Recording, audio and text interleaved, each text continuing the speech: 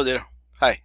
So in this lecture, we are going to look at controlling and evaluation.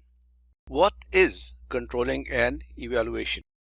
Controlling is the process of regulating company activities so that actual performance conforms to expected standards and goals. Managers at all levels engage in the managerial function of controlling to some degree. The managerial function of controlling should not be confused with control in the behavior or manipulative sense. This function does not imply that managers should attempt to control or to manipulate the personalities, values, attitudes, or emotions of their subordinates.